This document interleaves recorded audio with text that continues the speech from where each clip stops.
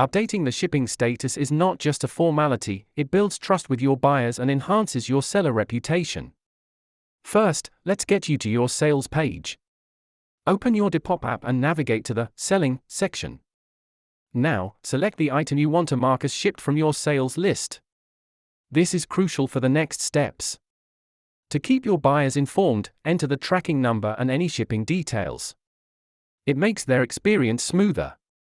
Once you've filled in all necessary details, click on Mark as Shipped to finalize the process. You're all set. Don't forget to communicate with your buyers after shipping.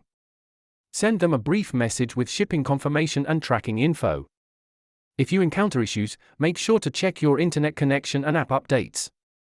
Reaching out to Depop support can also help. Familiarize yourself with Depop's shipping policies. This ensures compliance and protects you as a seller. Thanks for watching.